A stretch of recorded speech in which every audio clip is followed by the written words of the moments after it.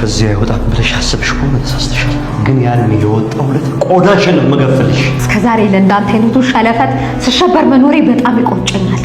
አንተ እኮ ወንድ አይደለም። ወንድነትን ሴት ላይ የምታሳይ አልጫ በለው አይቶ ነገረው ሰምቶ ጭጫለ በኋላ ያለ ሰው ይወንዳ አልጫ ነሽ። እኔ በሆነ እንደዚህ ተብዬ እኔ በሆነ እንዲህ ዝም ማለት አንዴ ፈተኝና ወንድ እንደሆንኩና ዝም እንደማለት በደንብ አድርጌ ያሳያል። አይ በፈታ ጉልበትህን እሷ ላይ ልታሳየው። ስለዚህ እሷ ልክ ነበረች ማለት ነው። እሺ አሁን ከኔ ምንድነው የምትፈልገው? መድብል እኔ እንደፈለክ አድርገኝ። ይህንን ጭራቀን በፍጹም እንዳትለቅ። አንቺ የማትረቢ አብሽን ዝጊ ያልኩሽ ነው። ወንድ ከሆንክና እናዘጋና ናዘጋል።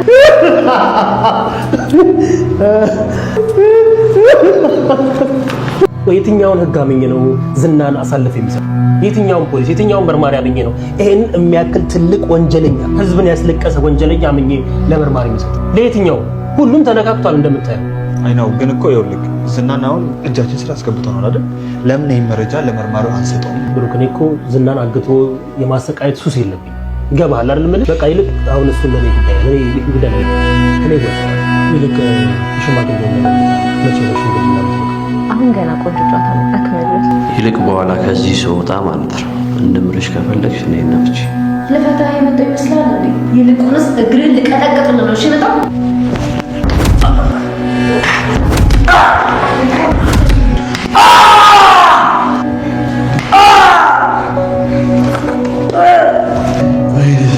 ይሄኛው ሚስቴን ስታሰቃየው ነበረው። ይሄኛው ሁላችንም ሰቃየው ነበረው። አሁን ወደ ሰው በግድ የፍቹን ወረቀት ተፈርሟል። እስኪ ታስገድደኝ እንደሆነ ያያል። እንደዛ ከሆነማ ከአሁኑ ቀብዱ ልስጣ።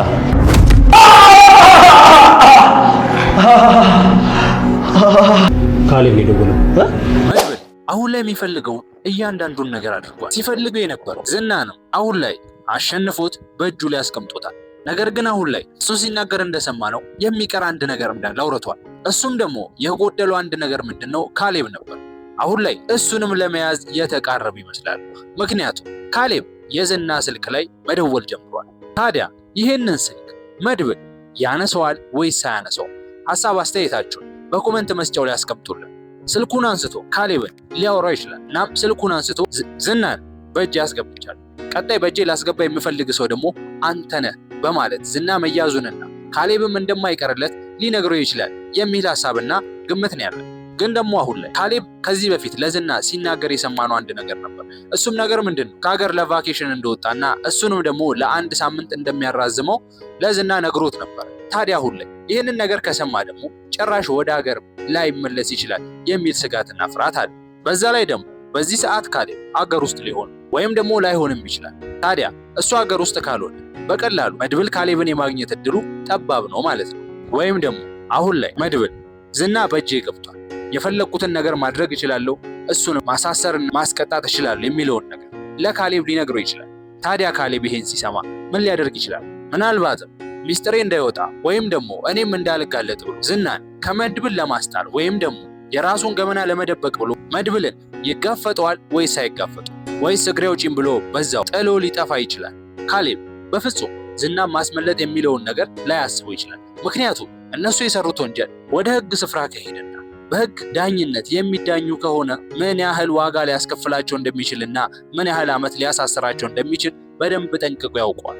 እናም በዚህ ምክንያት ካሌብ ለዝና ደርሳለሁ ሳይሆን ራሴን እንዴት አስመልጣለሁ የሚል እሳቤ እንደሚኖረው ምንም ጥርጥር የለም። ራሱ የሚያመልጥበትን ጉድጓድ ያዘጋጃል እንጂ በፍጹም ለዝና ሊደርስለትና መድብልን ሊጋፈጡ አይችልም። እናም ከዚህ በፊት ካሌብ ሲናገር እንደሰማ ነገሮች እኛ እንዳሰብነው ካልሄዱና ከተበላሹ እኛ ከምናውቃቸውና ከምንከፍላቸው ፖሊሶች ውጭ ይህንን ነገር ካወቁ ጉዳዩን ሁሉንም ነገር ብቻህን ትጋፈጧለህ ሲል መድብልን አሳልፎ እንደሚሰጠው አስቀድሞ በተደጋጋሚ ነግሮታል።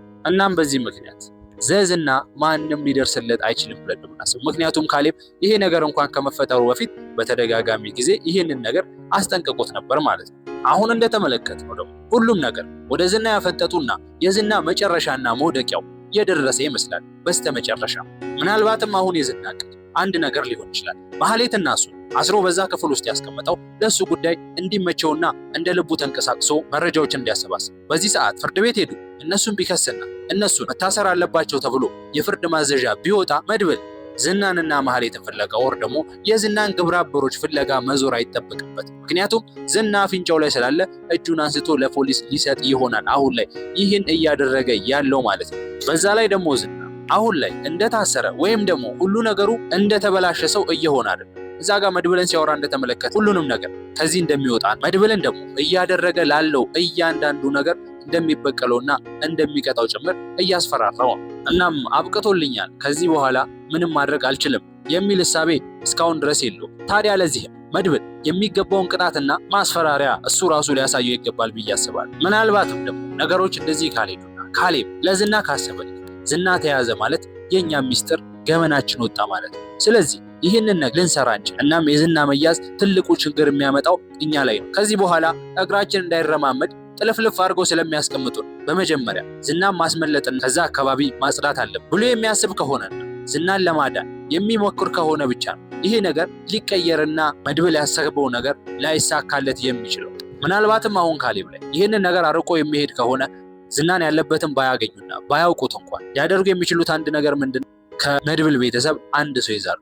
ለምሳሌ ወይ ምሳሌ ሊሆን ይችላል ወይም ደግሞ ብሩክን አግተው ያውልን ዝናን ካለቀቀው እኛም እነዚህን ሰዎች አንለቃቸውም ብለው መደራደሪያ ሊያደርጓቸውና በሁለቱ ልውውጥ ሊደረግ ይችላል። ታዲያ በዚህ ሰዓት ብሩክና ቅድስት ደግሞ ሌላ የጫጉላ ጊዜ ላይ ነው። እነሱ ትዳራቸውን ለመመስለትና ለመጋባት ሽማግሌ መሽ መላክ እንዳለባቸው ፕሮግራሙ መሽ መሆን እንዳለበት በሚያጤኑበት ሰዓት ይሄ ሊረብሻቸው የሚችል አንድ ነገር ይመጣል ብለን እንሰጋለን። ምክንያቱም በደስታቸው ሰዓት ሰርጋቸው ነው ብለን በጠበቅነው ሰዓት ምናልባት ካሌብ ተብዮ መጥቶ ዝናን ለማዳን እነዚህ ሰዎች መካከል አንዳቸውን ወሰደ ማለት ያሰቡት እያንዳንዱ ነገር ገደል ገባ ማለት ነው። ታዲያ ይህንን ነገር ሊያበላሽ የሚችለው እነሱ ደግሞ ሐሳባቸው ምን በቃ አንድ ይህንን ነገር ያበላሽብናል ወይም ደግሞ በህይወታችን ላይ ትልቅ ተጽዕኖ ፈጥሮብናል ብለው የፈሩትን ሰው በእጃቸው አስገብቷል። ስለዚህ ከዚህ በኋላ ምንም ነገር አለብን ብለው ላያስቡ ይችላሉ።